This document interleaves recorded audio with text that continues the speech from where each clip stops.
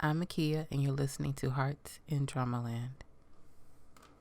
We don't talk anymore. We don't talk anymore. We don't talk anymore like we used to do. We don't love anymore.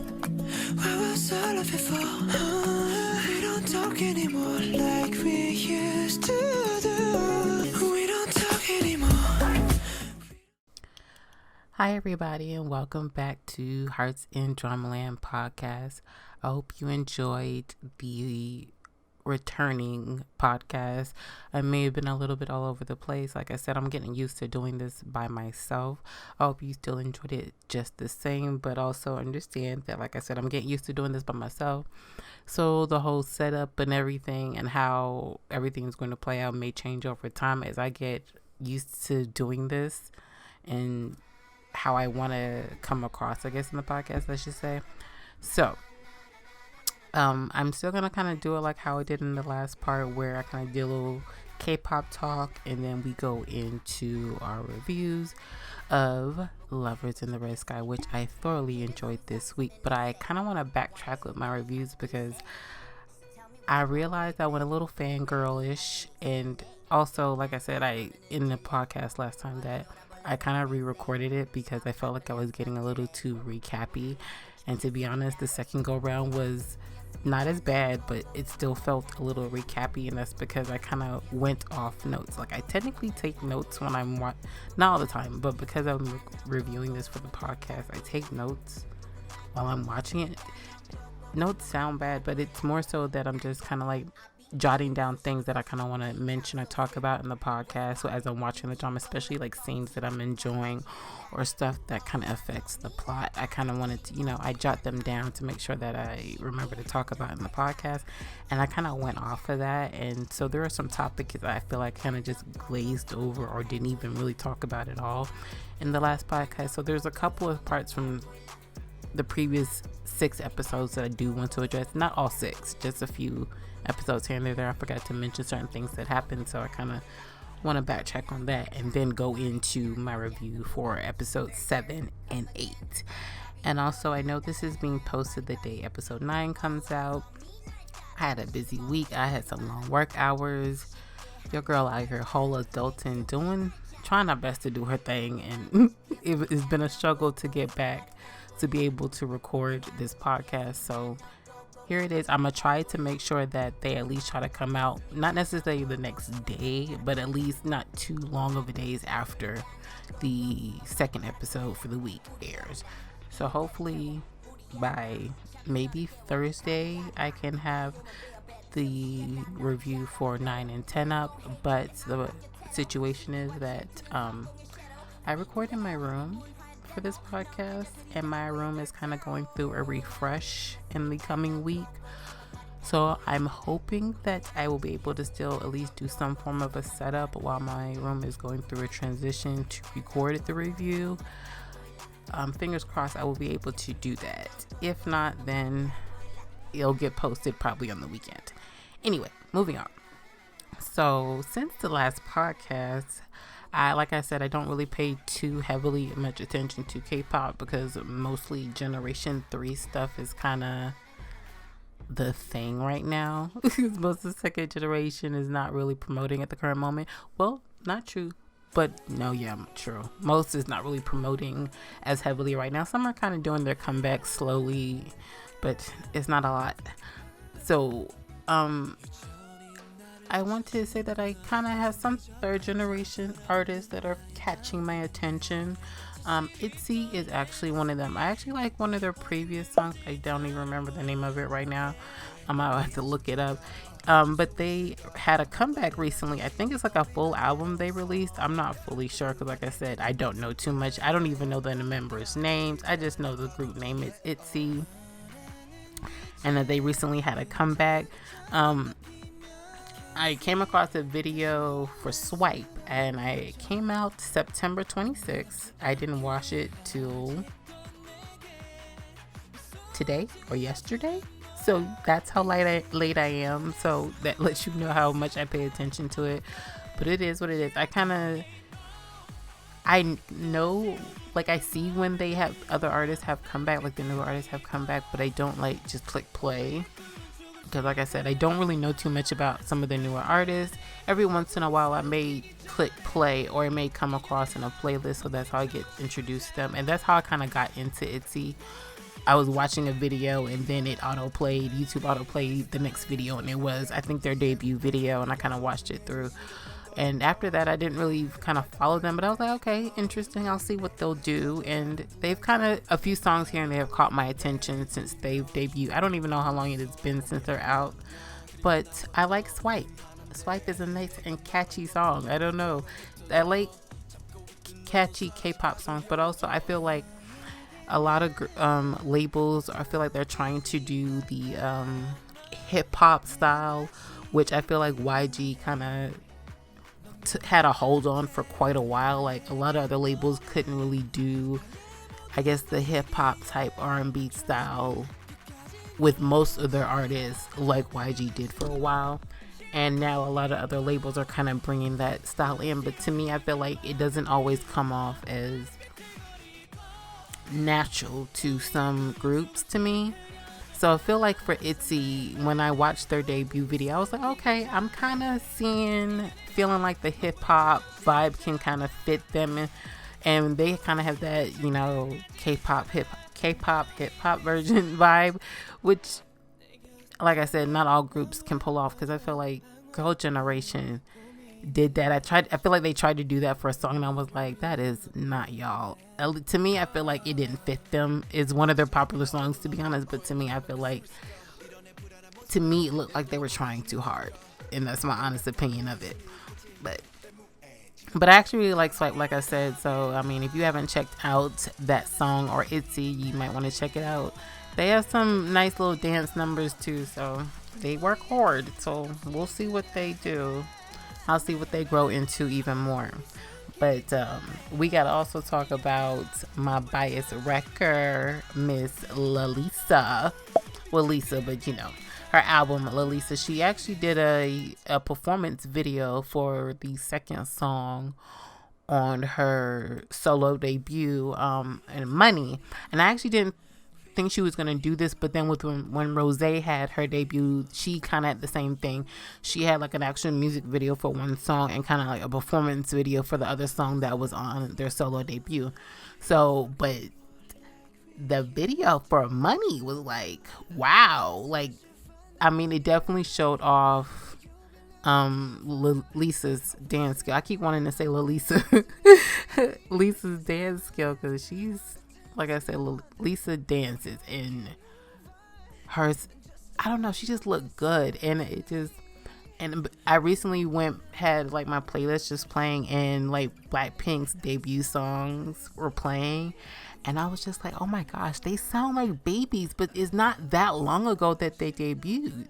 For me, I feel like it wasn't that long ago. And they're actually the first girl group that I watched from debut. Like, I was already kind of a whole YG stan and into a lot of other YG artists. So when I heard they were coming out with a new girl group, because they were not doing 21 justice, I will forever be mad at YG for that. So when they had their whole debut thing in public, or I forgot what it's called, and they kind of debut their songs and music videos, I watched that live. Like, I stayed up late to watch that. So they're the first girl group, or first K-pop group in general, that I've watched. No, Winner. I watched Winner from debut too. So Winner and Blackpink, I feel like, not just because they're from YGY, I'm a huge fan of them. They're the two groups that I watched from debut to where they are now. So watching them grow to the artists that they are now is just lovely for me. But also, my queen, she released another single, Lover Like Me, and I can't tell you how many times I replayed this song. Like, the day it came out, I had it on repeat my entire ride to work. I can't help just every time it comes on, when I put my playlist on shuffle, if it comes on, I have to put it on repeat. Like, she has songs like that. She does songs like that, especially since she's kind of, I feel like she's coming more into her own solo artistry even more now. Like, she had her artistry beforehand, but I feel like this is like you see her growth now. And then I didn't realize that she's releasing all of this from her own label. I didn't realize she set up her own label. Like I said, I kind of been out of the K-pop news a lot, so I didn't even realize that she technically set up her own label. I knew once she left YG, she was with, I thought she had signed to a label and that's who she was with and releasing all of this under.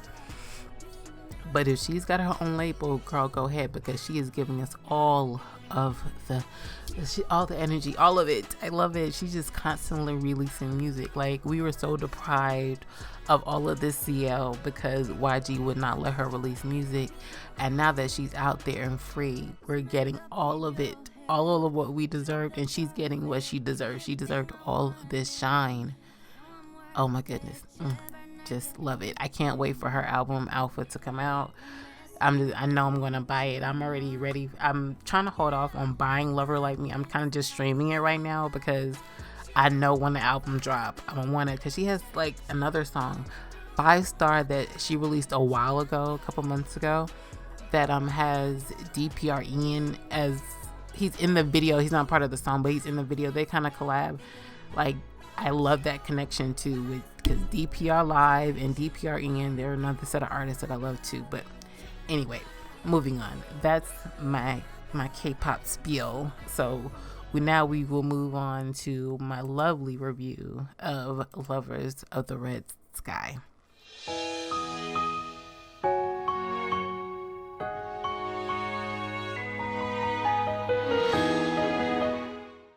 Alright guys, so like I said, I did want to backtrack a little bit on my review a little bit because there were some topics that I didn't kind of address because I fangirled way too much and was honestly a lot of nerves, to be honest, why I kind of just forgot what I was supposed to be talking about.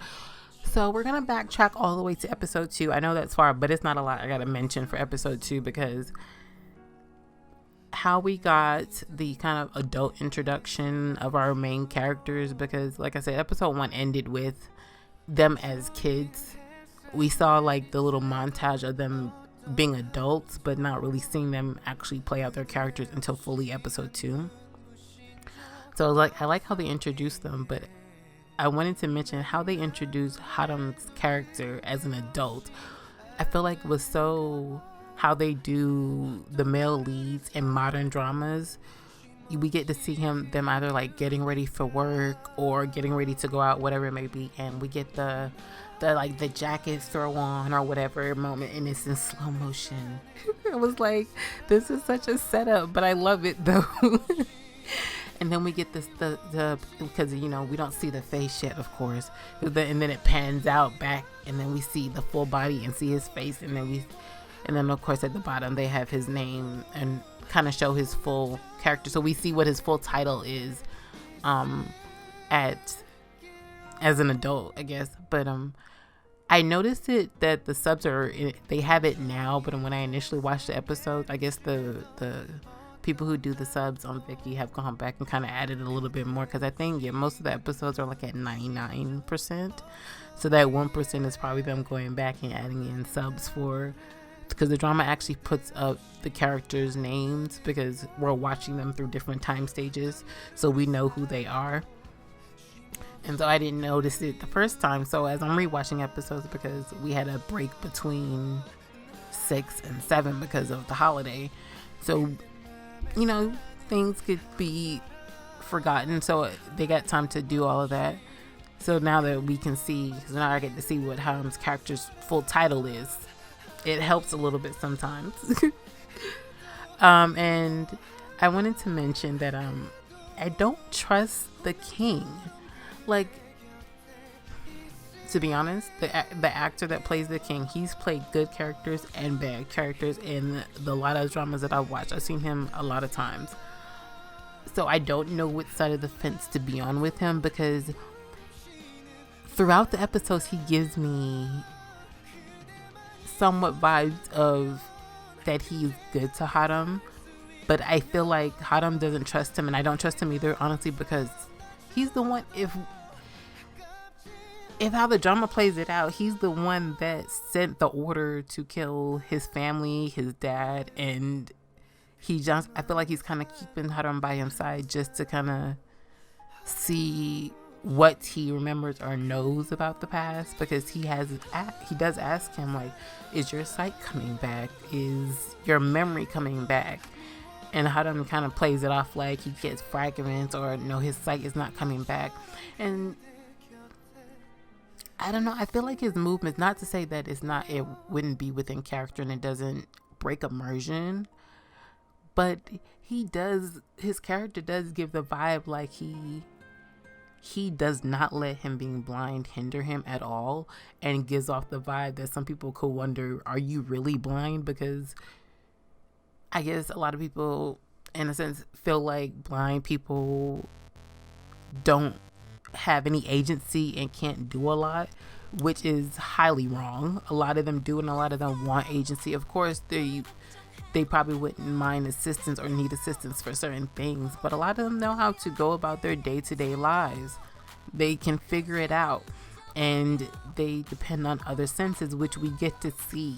And I love that they show that he's strong and that he also definitely uses his other senses, because it's cute. But anyway, like I was saying, I don't trust the king, and I kind of want to see, are we just misunderstanding his character, or is he really just someone that is set out to get his goal done, and then he's going to try to kill our characters at the end? Because I'm like, if that's the case, because if he really ordered the killing of Haram's family, or his dad initially in the very beginning, then he's going to do the same thing again, because he's trying to repair the portrait that was burnt in the past so that they can lock up Mawang again. And I'm like, so are you going to kill the people that are helping this because you're looking for painters and all of that to do this? I'm like, are you trying to commit the same thing you did in the past just to have your goal? If that's the case, then I don't trust you, sir, because you're going to eventually harm the characters that I care about. But anyway, all right, and now we jump to episode 4, because in episode 4 is kind of where we, I guess, the start of the love triangle. It's not really officially there, and I feel like it's not really a love triangle, because our girl is not looking at the prince in that manner at all, and I feel like that's probably why his character is also annoying me, because I mentioned it in the last podcast, like, I don't really care for the prince side of the story. I didn't want to just brush off that side. Their scenes are acted very well. I actually did want to mention that Kwak Sing Young, who is actually technically playing, we know he's evil.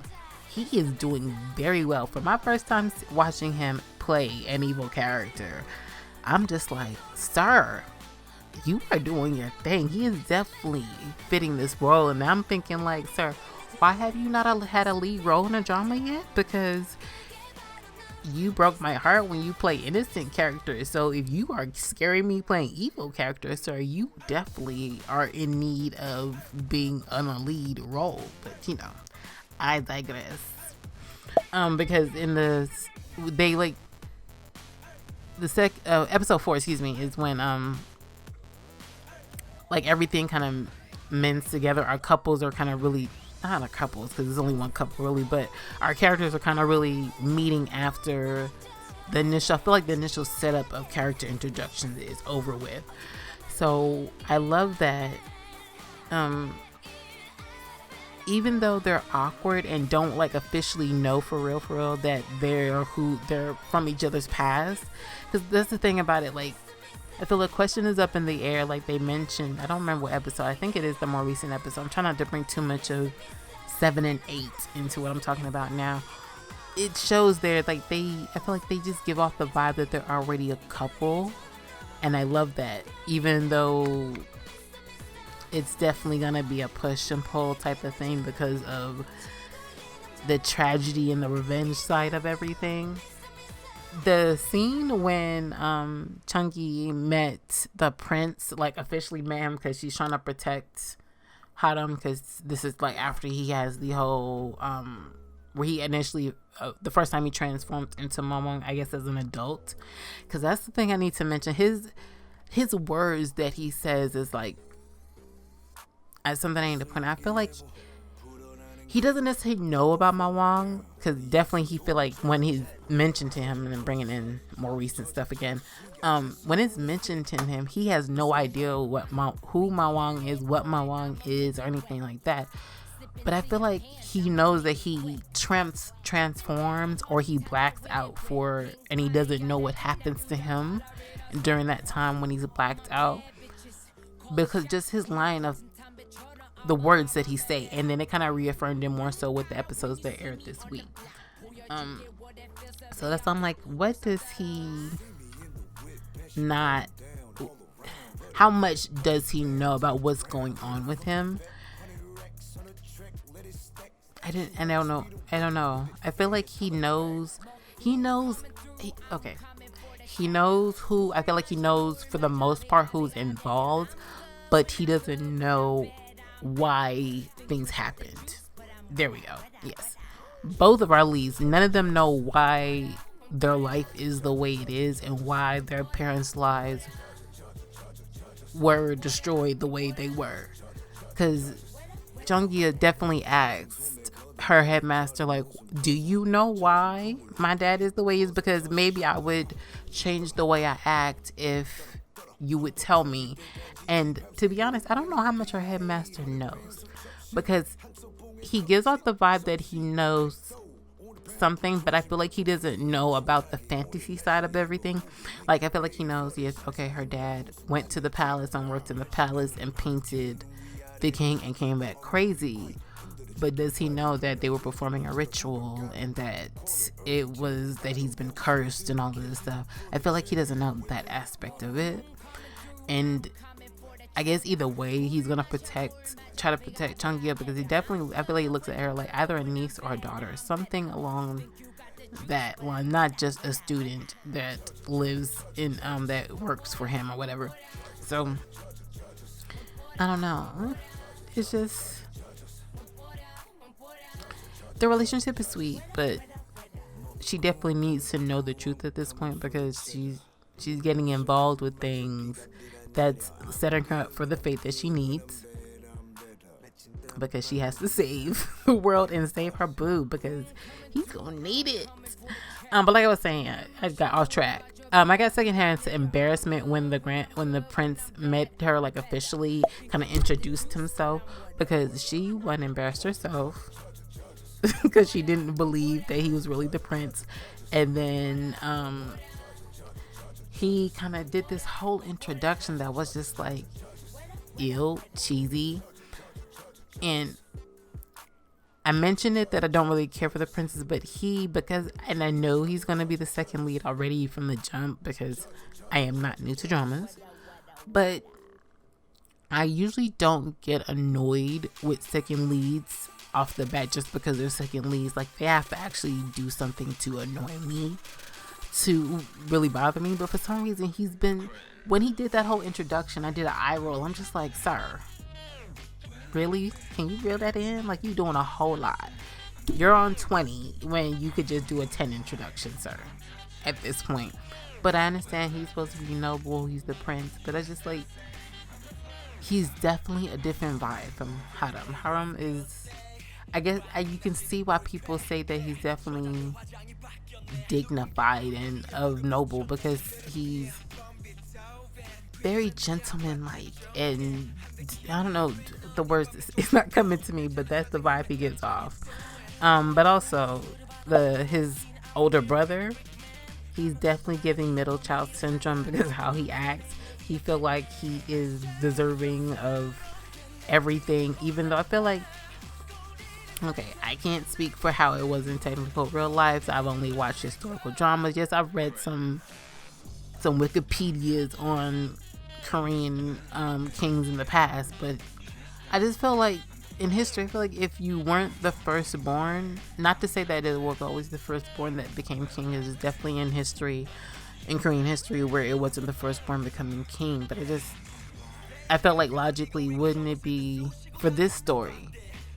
he was not the firstborn, so I don't know why he feels like the throne was taken from him. You weren't labeled the crown prince, your older brother was. So why do you feel like sir, if you were the one that was born first, then yes, I would understand your plight, but you are not. Like, I'm gonna need for you to get over yourself. Like, he's really in this mind that it was stolen from him, because I can't even say it's because he was entranced by the portrait and heard what Ma Wang said. He already felt like, before he saw that just kind of reaffirmed what he already felt. And I feel like that's why he's so hell-bent on feeling like it's been stolen from him. No, he was in that mindset already. And I feel like that's what Ma Wang preys on.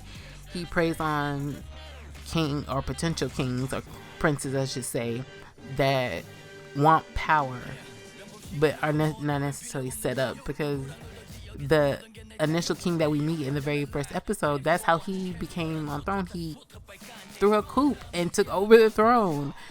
We don't you kind of get the vibe that this happens when they kind of talked about it in episode 1, but it's kind of really affirmed more later on when him and the young man have a conversation, and I'm just like, oh, so this is the thing.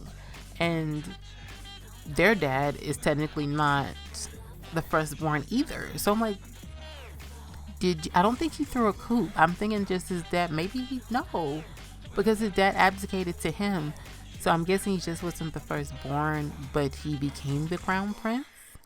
I don't know.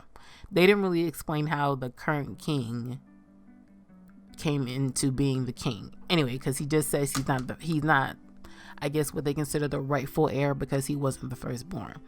Anyway, so now back to our couple. I did want to address like how the whole episode 4 plays out is a lot, seeing how their dynamic will be as adults, because it's just very much, it's the same, but how they are as an adult. I feel like they still gave off the same vibe as they did as kids, and were kind of teasing each other and being cute about it and flirty, but because I wouldn't say they were flirting as kids, they were teasing as kids, but them doing as adults is definitely flirting with each other, because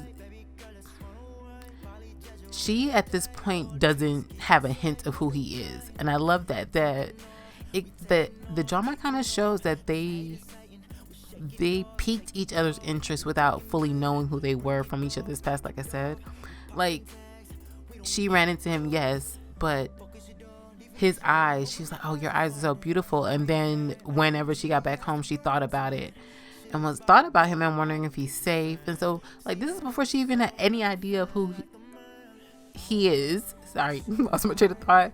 And the same thing for him. Her running through the Kisang house, chasing after the guy who scammed her.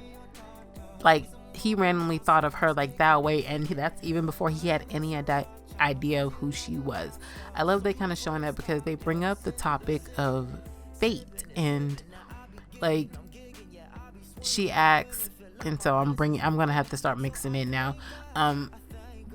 She talks about it in episode 8 or 7, no 8, because they're looking at stars together, and she kind of talks about, like, is everyone's fate determined at birth? And he kind of says, like, well, in my universe it does. And she kind of wonders, like, if anybody's ever to change their determined fate that they were given at birth.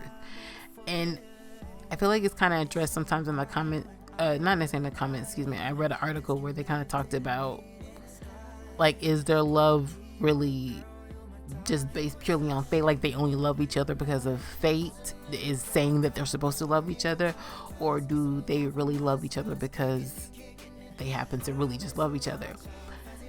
And I feel like the drama's kind of throwing hints at, like, that they technically do love each other beyond the aspect of fate, because you see the different dynamics in the love triangle, how she just acts toward each other, and it's just like, and that's why I was saying, like, it shows that they were interested or had some peak of interest toward each other before, I guess, fate really said, hey, you are each other's past. You know what I'm saying? So that's why I'm rooting for them, and that I don't care what anybody who has second lead syndrome says. I'm here for Team Haram all the way.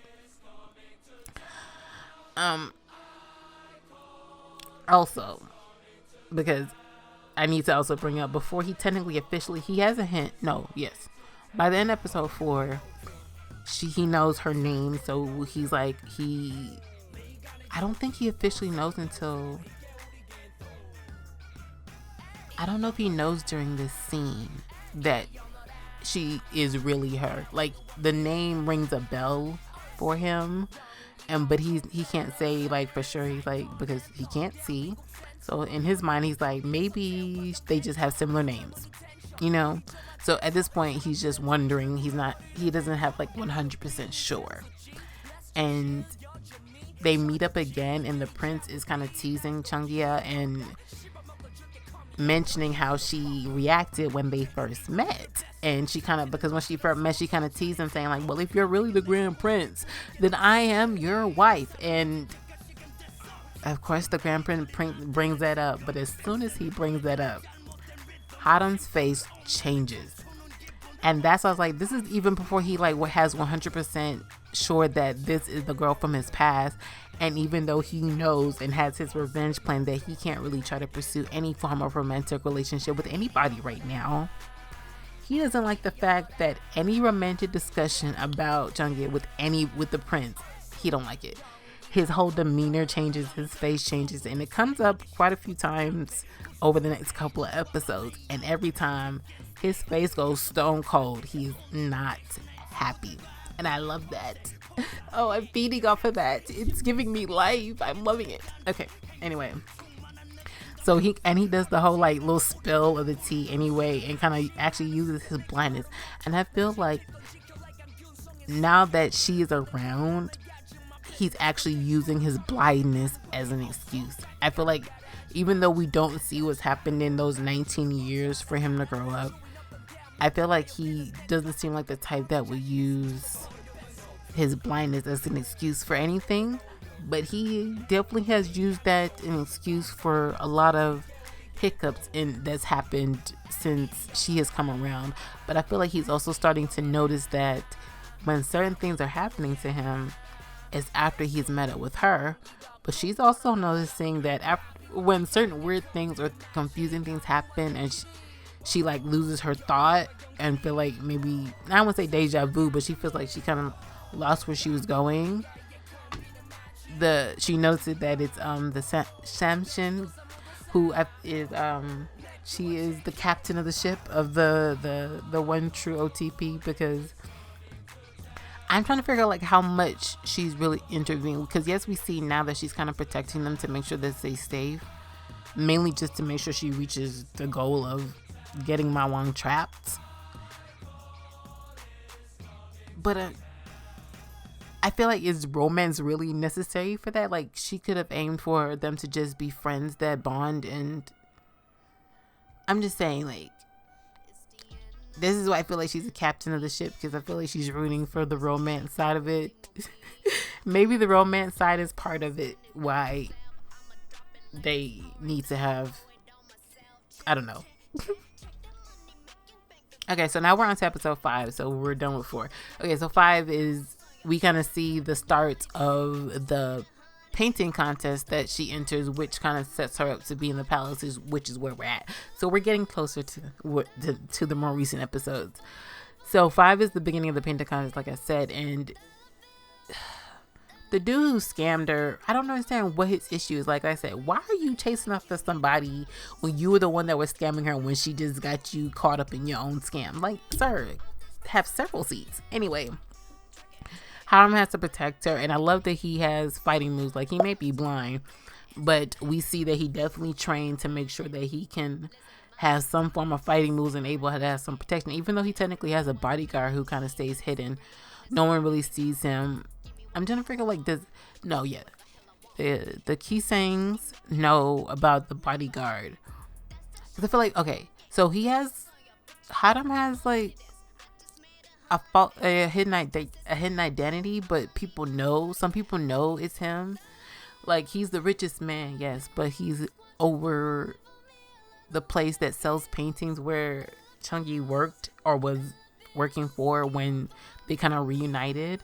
And I'm just like, I feel like certain people know, because the whole thing when he went missing in episode 3, the whole marathon of people trying to find him, it was just like, people know.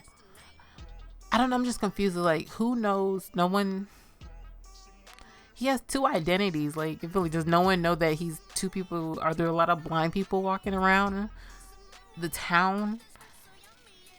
I don't know. I'm just confused of how he has 2 identities, but it doesn't seem like a lot of people know that he has both of those. I don't know. It is what it is. Anyway, I try not to, I can't put too much logic onto it. Just enjoy what it is, especially because it's a fantasy drama. You put too much logic in anything fantasy, you're going to ruin your whole immersion in the drama. Anyway, so I love that he has moves, like I said, and he has some skills. He may not be able to see, but he can protect his girl, and I love that. And this is when we kind of really find out that he has a revenge, and he has to stay away from her and keep his distance. And I'm just like, of course he does. Why wouldn't he have a revenge? Because duh. And this is when we actually, during the painting contest, when they did the whole thing, I mentioned how the kids had where we don't technically see them actually kiss, but it's implied through the cinematic of everything that they kiss. When we get another flashback during the painting contest, it gives a closer look at it. And I'm like, so wait a minute, did y'all have the kid actors actually kiss? And I saw some complaints about that. Some people were saying like, oh, that's kind of giving off the vibe of child pornography. First of all, I feel like you're reaching a little bit. Calm down. Child pornography, yes. I'm not comfortable, to be honest, with if they actually had the kid actors kiss or even just touch lips. But I mean, if the kids are okay with it, the parents are okay with it, who are we to say anything? If they have parental permission and they have their own agency and said they are fine with it, who are we to say anything? And also, this is their job, so they may not look at it as anything. Yes, they may be young, but you'll be surprised with kids in acting. They can be mature about it being a job. But it did surprise me a little bit that it showed the scene, but on a different angle, and showed them actually having a more of a touch. But anyway, and I wanted to mention how that I may have mentioned this in the last podcast, that at least for now, even up to the current episodes, Haram's revenge plan seems to just be stirring the pot. Like, he's not actually getting his hands dirty. He's not getting blood on his hands. He's just going after the people that he knows. And I love that it's kind of starting in with the one that he definitely knows for a fact, and they're kind of going out, and at least for right now, the first one went out the same way he tried to take out his dad. And it was just chef's kiss. I loved it. When it was happening, I was like, oh, you going out the same way the dad did. Oh my goodness, it was lovely. And of course, Haram had to come through during the painting contest and just give all of them, I think he paid, technically they were paying in like rice sacks, which is money in that time. And he paid like, I think 300 of it for her painting, which is whoa, because they were passing out as the bidding kept going higher and higher on her painting. He came through for wifey. He was not about to let that prince pay money and beat him out for his wifey's painting. He may not be able to see it, but he don't care. It ain't going to the prince. He know that for sure. And I loved it. And he just, the whole time he was doing it, he was just, like I said, he gives off that pure gentleman vibe. He was just sitting there sipping his tea and just being very, I'm just like, sir, love it. Love it. All right, so that's all I had to talk about the past episodes. Now we are on to episodes 7 and 8. And so, the cliffhanger that we had at the end of episode 6, of course, it ruined the whole vibe of the contest, because the painting contest took up episode 5 and 6. And I want to know, how the hell her father get out? Wasn't he like sick the last time we saw him laying in a bed under comforter? Like, how he end up at the painting contest? Ain't nobody, nothing, no guards, nothing outside. He just ain't coming able to grab a brush out of some ink and throw it at the prince and cause this whole scene after we had such a happy vibe at the painting contest. Like, our couple just kind of reunited, and even though he was going to try to push her away, I guess I can't be mad then, because this kind of set them up to have to continue to see each other anyway. They're going to continue to see each other anyway, but yes. And this is why I wanted to say that Kwak Sing Young is definitely doing well in the acting, because the tension in that opening scene of episode 7, oh my goodness, I was just like, oh, like, I know because it's only episode 7, I know she's not gonna die right now, but I was scared, I was worried. And the prince stepping in and then getting shot down, and then Haram, I was like, no sir, I thought you were gonna stay quiet. No, you're showing your weakness, don't do that.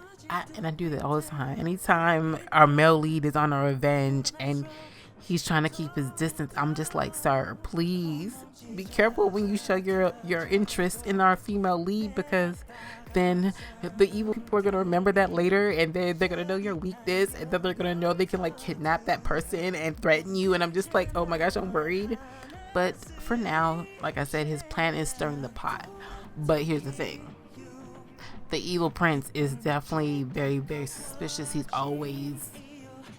He doesn't trust anybody, which is fine. It's odd because the people he have, no, he kind of treats them crappy too. So no, it's just the whole thing. He doesn't trust anybody. But like I said, very much full of himself and needs to realize, sir, calm your tits. After that whole tense scene, we get Haram's ride home. And I love in that moment, he's just sitting in the Pelican, and we're kind of watching his thought process. Like, we're seeing that we kind of words Makia, we kind of see why his plan is, granted, like I said, he's had 19 years to plan this out, but why he is kind of just really stirring the pot, because he's letting the characters do what they would do anyway, even if he wasn't there, but he's able to get his revenge by doing so. But he kind of definitely analyzes their reactions, so I feel like that's how he knows who to stir and when to stir them and what information will stir them, because he observes and he thinks it out. Because after that whole intense scene, he analyzed everything that happened and what set the whole scene off, and I love that. So he's already trying to figure out exactly what's going on, so I'm ready for it. We kind of see later on like how deep his plan is, and I was surprised of how intense his revenge is, because I'm like, sir, like, okay, to be honest, there are some characters I figure were going to be on his list for the revenge, like the king, because he definitely heard the guy who killed his dad, he definitely heard him mention the king, so he knows about the king. So I figured he would be on the list, and he definitely showed that the king would be on his list.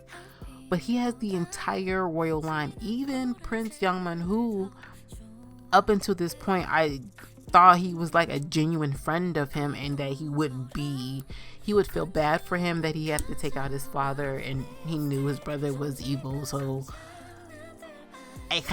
but I feel bad for him. Like, he annoys me, and I don't want him. I don't have second lead syndrome at all.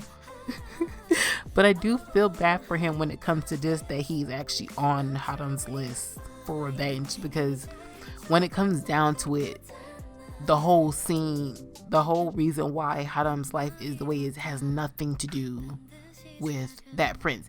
He was technically passed out when Madon got out of the painting. His brother is the one that set the whole scene up, and his brother was the one that kicked him and knocked him out, so he didn't even see any of it. So yes, okay, our love triangle are all three oblivious to what really happened in the past, but I feel like Youngman, he has more information than the other two who it affected more, and I think that's probably another reason why he bothers me too, because I give him understanding because he's noble, and I understand that's where his mindset comes from. But Haram is noble too, and he doesn't have the same. He's a little bit more understanding about things, and I feel like you can tell the difference when they have conversations with Chungi. Like, okay, because during the painting contest, the prince was petty by trying to take out Chungi out of the contest because he knew that she was the fake painter or whatever, the person that copies real work. Like, he figured it out because of her signature that she put in the paintings, but he didn't have any other valid reason to try to fail her out of the contest at that moment than just because of that fact. And that's what really actually started bothering me, because, like, sir, I understand you know that she's the one that did that, but if you have no valid reason, because even the other judges were like, no, but I don't understand. And he kind of gave them a look and they kind of backed down because he's the prince. And she called him out on it, and I love that. I need to mention that too, because she's a strong female lead and she is calling him out on his stuff all of the time. I'm here for it, all of it, and I love it. But yeah, that's how he acts. He doesn't give off the understanding vibe until he's called out on not being understanding and being in his nobility. Yes, he says, yes, he said it before. He's like, yes, I know that I only know how to talk and think like a noble person. Right, but if you're gonna fall for someone like Chungi, then you're gonna have to start thinking on her mindset, and you're not there. You're not understanding of her situation until you kind of see it on a deeper level. Whereas from even when they were kids, Haram he's always found a way to kind of let her have agency in what she wanted to do and not try to control her. I guess that's what it is. I feel like the prince is trying to be controlling of her just because he has fallen for her, while as for Haram is just kind of, even he just, when they were younger, when they initially met, she was like, don't follow me, I don't need you. He didn't say, and he said, okay, you don't own this though, but okay. He technically followed her, but he kind of didn't bother her, and then let her kind of come to him when she was ready. And he kind of still does that as an adult. He doesn't push her other than to just kind of stand in her own ground and stand in your decisions on what you do and who you know you are. And don't let anyone kind of, I guess, dim your shine. While I feel like the prince is like, yeah, he doesn't want her to dim her shine, but he wants to do it in a controlling way. Not necessarily, I feel like controlling is too strong of a word to say right now, but that's definitely the vibe he's giving me, and I don't like that. Because any situation he feel like he needs to kind of put his opinion in, or know like what's going on. Like when they meet up, I can't remember if it's 7 or 8. When they meet up again, he kind of asks like, how do you know Haram, and kind of asks the type of conversation they had, and I'm just like, so why is it any of your business? Granted, I feel like I'm kind of saying that, excuse me, because he annoys me.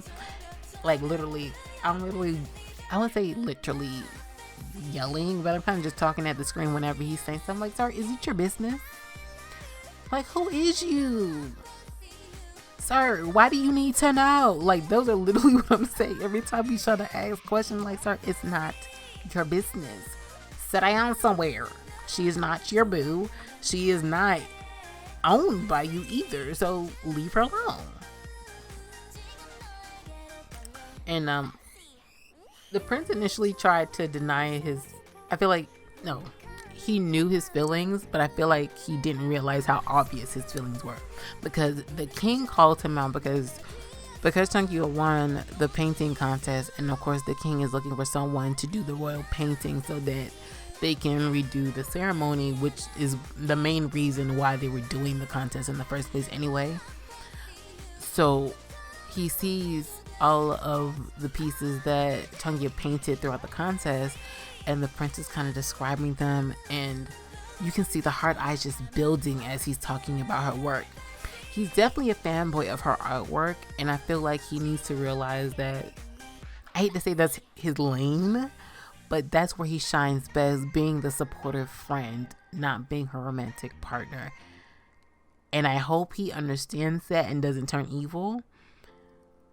But the way this drama could be set up and the way I've seen some characters, it could be either way. He could turn evil because he's rejected, or he can be understanding and still try to protect her. We will see. Only time will tell.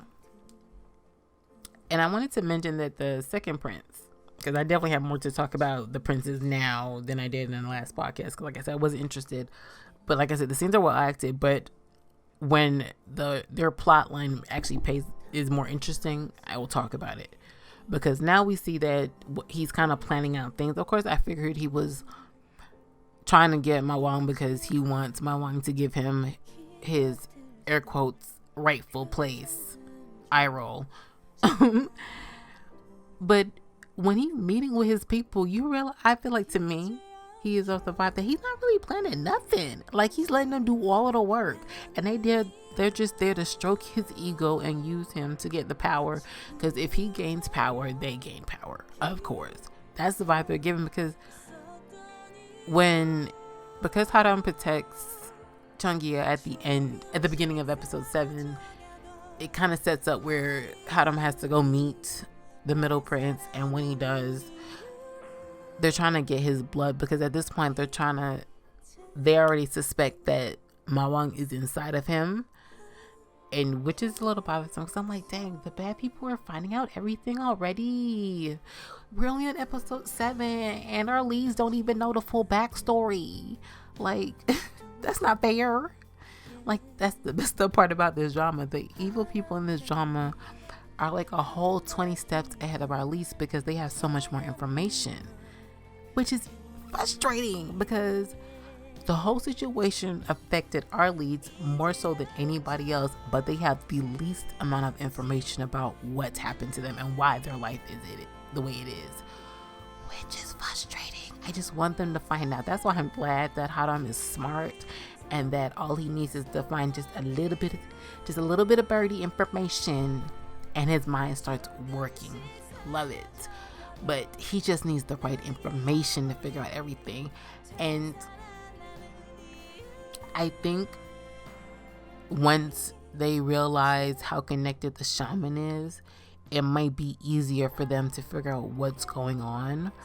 Because he knew a shaman was involved, but he only remembers her in his distant memory as a child. He can't see now, and I'm guessing he hasn't seen her right. Because after the rain ritual that happened in the past, where Haram lost his sight, she was banished from the palace. Like, she wasn't killed because the king was like, well, you brought rain, so I'm not going to kill you, but you're not allowed back in the palace.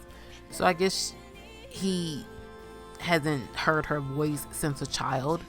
So being reunited with her didn't initially trigger a memory of her. I guess he only kind of has a visual memory of her, not a vocal memory.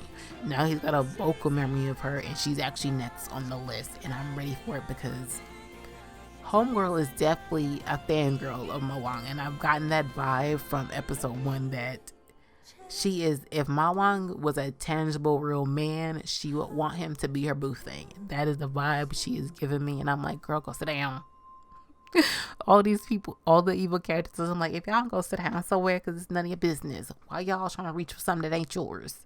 Mind your business.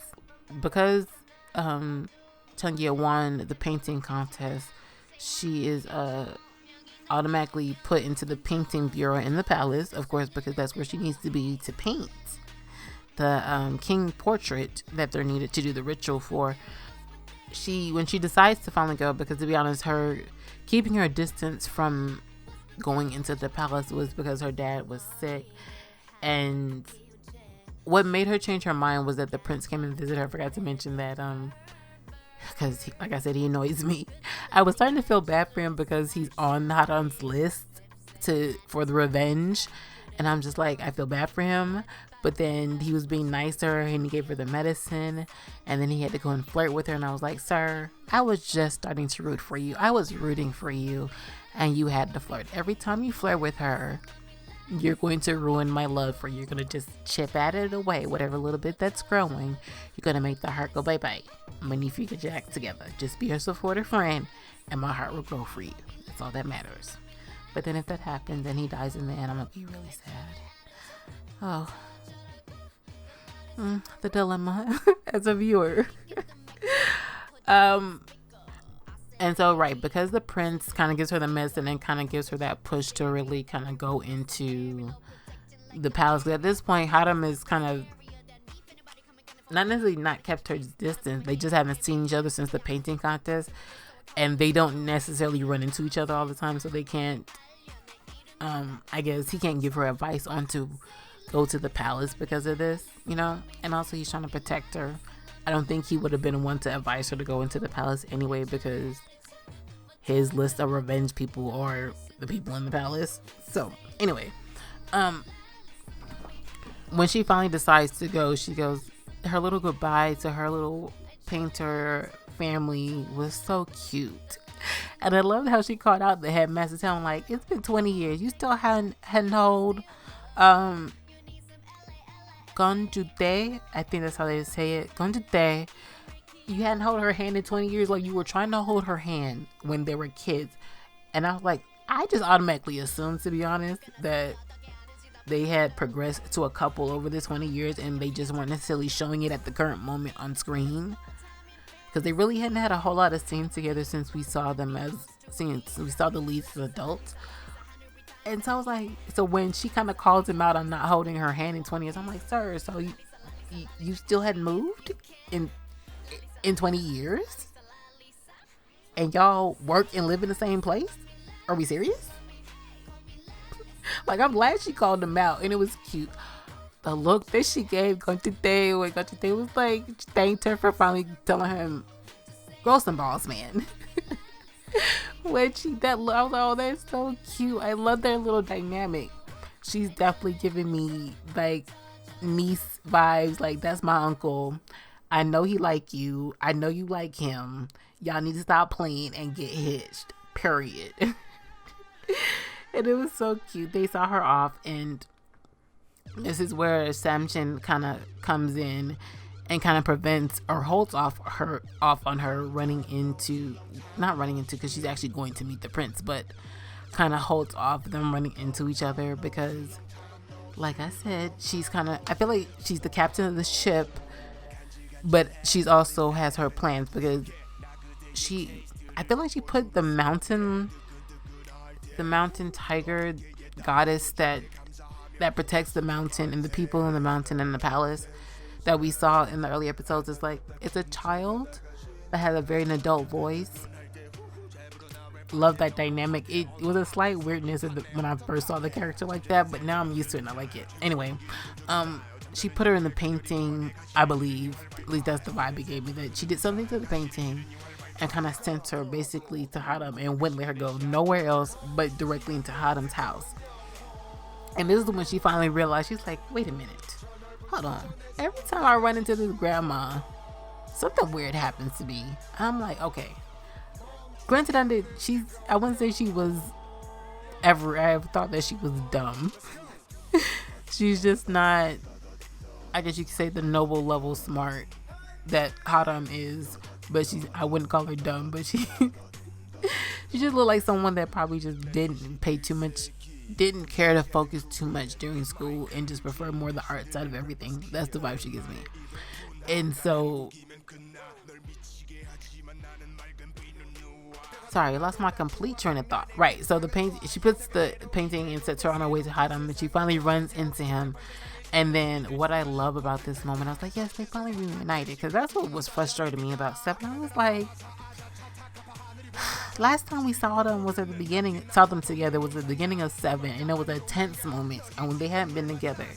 And that's what frustrates me, because I'm like, they have such good chemistry, and for now, they don't, minus episode 8, they didn't have a whole lot of scenes together as adults. They've had moments that I loved and rewatched too many times to count. But I'm just like, can we get more of our OTP, please? Anyway, so when she's in his house and he comes out anyway, and I knew his other senses are strong, but I love that he noticed her scent. And I guess it's ink, but I don't think she like fully smells like ink all the time, but she probably has like a hint of ink sent to her. And maybe she had that as a child too, because even though she didn't paint, she was around paint. I don't know. But he knows her scent. I just wanted to point that out. I love that. He know his wifey's scent. He know what she, so even if he don't ever get his sight back, he always gonna know when she appear because he knows what she smell like. It's her. Okay, anyway, and he kind of very cold to her. Not very cold. I hate to say it. He kind of just, he's still very gentleman. I don't know how to explain it. Like, I can't say he's a Cassandra type male lead because he's not very mean to her. He has his moments when he gives her tough love, but it's not getting to the point of being like, okay, you're being a jerk now. Except when they kiss. But we're not gonna go there. That was a dramatic moment after the kiss anyway. That's the only time I feel like he was getting to the jerk standpoint. But other than that, because even I want to mention when he, in episode 3, when he was still kind of recovering from transforming into Mawang, he like pinned her down because he just woken up from being in his whatever coma he was in, and it was holding her down. But once he recognized who she was, he kind of was like loosening his grip, and even when he got up off of her, he even like held her and pulled her up. Like, it's the little moments for me. Like, those are the moments that I'm just like, bruh, you were so gentle with her, and I love it. Like, you give her tough love when it's needed, but how you treat her in any other way is gentle. How you talk to her, I don't know, it's just everything. Even from a kid, I can say, like, I feel like he knew how to communicate with her. No matter what it was, he knew how to communicate, and I love that. And I feel like the prince doesn't know how to communicate with her. He's somewhat learning, but he's stumbling at every block. While as for Haram, I feel like it clicked for him. He automatically learned how to communicate with her, because even when they had their little tiff as kids, he kind of apologized right away and knew how to comfort her, and he's still like that. And she's kind of trying to do that as an adult now, is comfort him. At least the best that she can with the little bit of information that she does know.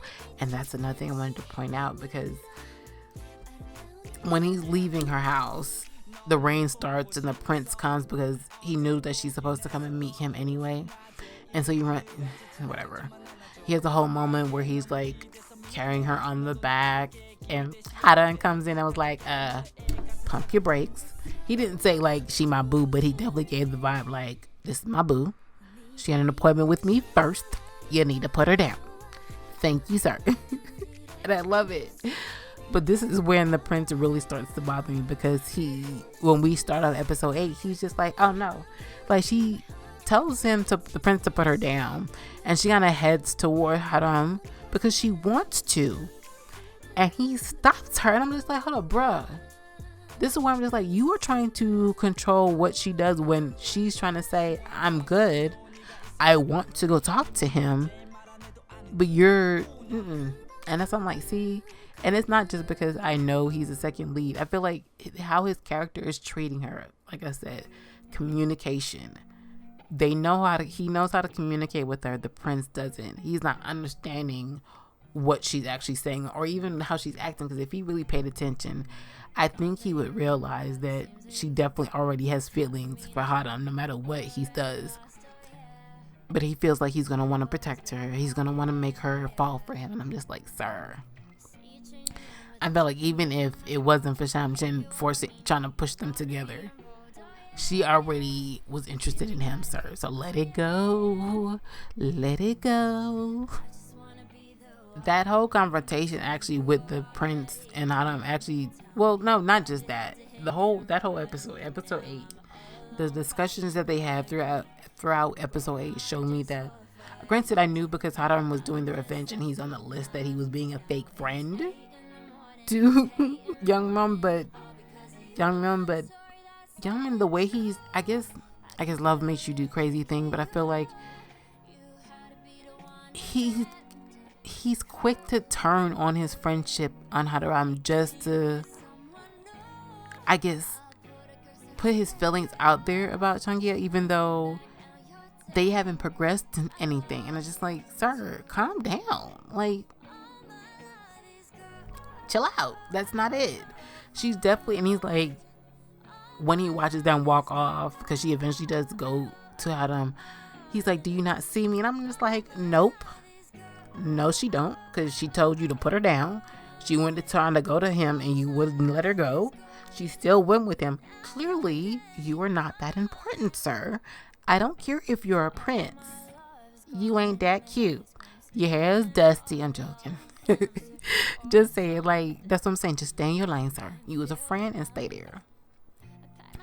I also love that when they had their little talk, even though I kind of wish he would have said this at the house, but he's fighting his feelings. He's trying to push her away because he wants to protect her, because this revenge is definitely dangerous, because going after the entire royal line definitely puts your life on the line, even though he's stirring the pot on the outside and hasn't been caught fully just yet. I feel like he's definitely throwing up suspicions to the wrong people at the current moment, but he hasn't put on full on red flags just yet. They mean the red flags for Mawang, yes, but as in that he has a whole revenge plot, no, not yet. I love that he just was able to he just kind of told her, like, basically the day we were supposed to meet up again, I lost my sight and I've been living on that type of path and all this and the other. And he says, I miss you a whole lot. And he didn't say I want to be with you, but that kind of did. He basically said to me, in my eyes, it was, I want to be with you, but I can't, because, and I feel like he kind of hinted that he was doing a revenge, or because of the life that he's living, because he lost his sight, is why he can't be with her. And I love that she's understanding that. And even from the beginning, even when he pushed her away after they kissed, she understands that something happened. She knew, even before she fully knew, I feel like she understood that the reason he's acting the way he is because whatever happened in the time that they've been apart, and probably even the reason why he lost his sight. And I love that he is the one that was able to tell her, and it not her finding out information from someone else, and she's kind of getting the information that he has beyond, minus the revenge, because he's trying to protect her, like I said. So he's not going to tell her about the revenge part of the plot, because that puts her a little too close to home. But I love that they understand that. And the prince is kind of finally admitting his feelings in episode 8, and that's why I feel like it's annoying me, because he's fresh into like, oh yes, I like her, I've fallen for her, I want her.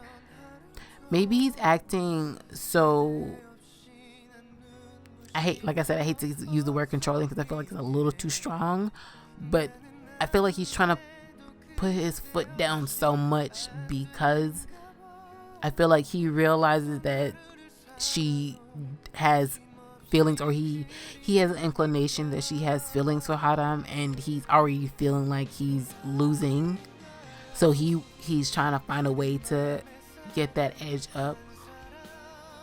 But he has no fighting chance, but sir, also I feel like he's going about it the wrong way. He's forcing her to be around him, so he's going to be hanging out with her at night. And you're going to see her reaction in this episode. Like, you could tell which one she's uncomfortable about.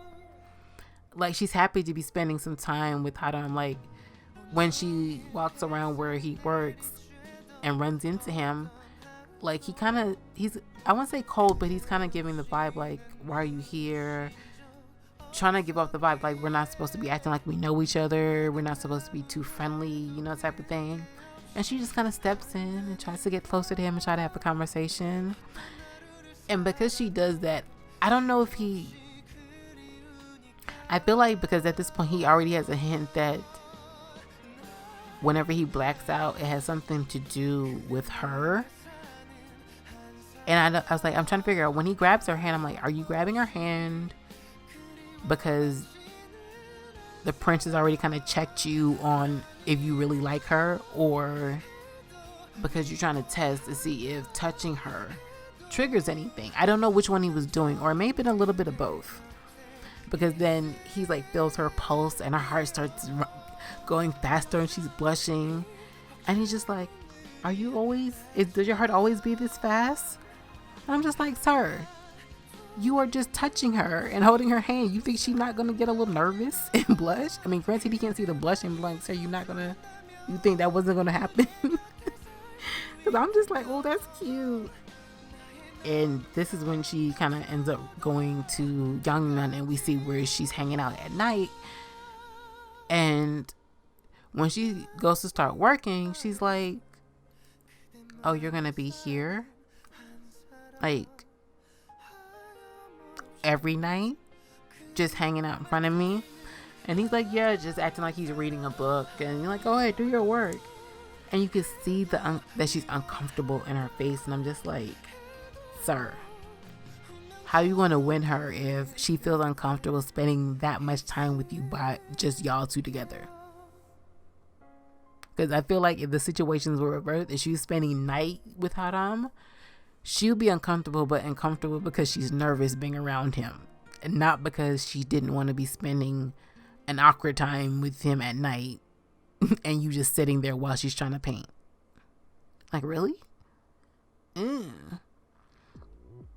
And before she even gets into painting, she realizes that the scarf that she has from their childhood memory from Haram, which he can't see, but I don't know how he's gonna figure out that she still has it, because I feel like that if he realizes that she still has that might be another tipping point for his feelings for her, because he keeps saying he doesn't want to waver when it comes to her, because he has his revenge. He doesn't want to hurt her. He doesn't want to put her at risk. But I don't know, because when the prince calls him out and asks him, does he like her? He doesn't hide it. Well, I know he doesn't ask her. No, he does. But he more so asks, like, do you know her from the past? Even though Haram tells Chankia to kind of act like they don't know, continue to act like they don't know each other. But then when the prince asks him directly, like, I feel like y'all knew each other in the past. And he just like, yeah, we knew each other in the past. And the prince is like, what? He's like, I said what I said. I said, yes, we knew each other from the past. He didn't go into no detail, but I'm just like, yes, sir, say it with your chest and let him know, like, you think you got a one up on me, sir? No. I got a one up on you, several up on you, sir, and you don't even know it. I love it. I love that he realizes that the prince is going to be a rival for her. And I feel like he initially wasn't going to try to, because I would say from episode 7, when I saw his entire list of who he was trying to take out, I was like, oh, sorry, so you're trying to die at the end, because that's the entire royal clan. Even though you're just stirring the pot for now, I feel like at some point you're going to get caught. And you're going to have to die, because if you taking out the royal family, unless your plan is going to be that where you literally don't ever get blood on your hands and you literally just kind of push other people to act. And because it's a drama, of course he's going to have to get caught some kind of way. Someone's going to figure out something. He's not going to get scot-free. So I'm just like, so you were just planning to die.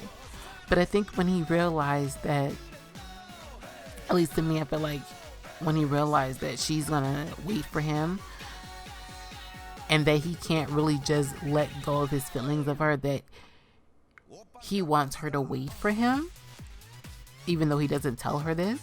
He kind of says it in his head. I'm just like, sir, you got all these, okay, he telling her stuff, but he ain't telling her his feeling thoughts. I'm just like, sir, you need to tell her that, please. Because she's definitely feeling you, and even though she's still protecting him regardless of him saying how he feels about her or not. I'm just like, I can't wait for when he actually says, like, he loves. I don't know if he will, though, because to be honest with historical dramas, you don't necessarily get the I love you scene. or I mean, not necessarily scene, I love you kind of direct dialogue, I should say. Like, they kind of have their moments where they kind of confess to each other, but it's not like a direct line of saying, I love you. So I don't know if we'll technically get that, but I mean, I hope we have some type of confession scene, because, I mean, we know she's most likely going to do it. She's been trying to do it for, I feel like she's been doing like minor confessions for a while, but it'll be nice to see if they both get like an official confession scene. It'll be cute, but they got a whole lot to deal with, so we will see if that happens. And I didn't even mention, I will want to say that I didn't realize I was looking forward to it until it happened, but I was kind of waiting for the moment where we were going to get more moments of them together, because like I said, they haven't had a whole lot of scenes together since they become the adult version of them has become the main focus of the story. And so her being in the palace, I'm like, okay, we get more moments of them together. But then we end on another cliffhanger on episode 8 that I'm just like, great. I don't know if we're going to get a lot of moments of them together again now.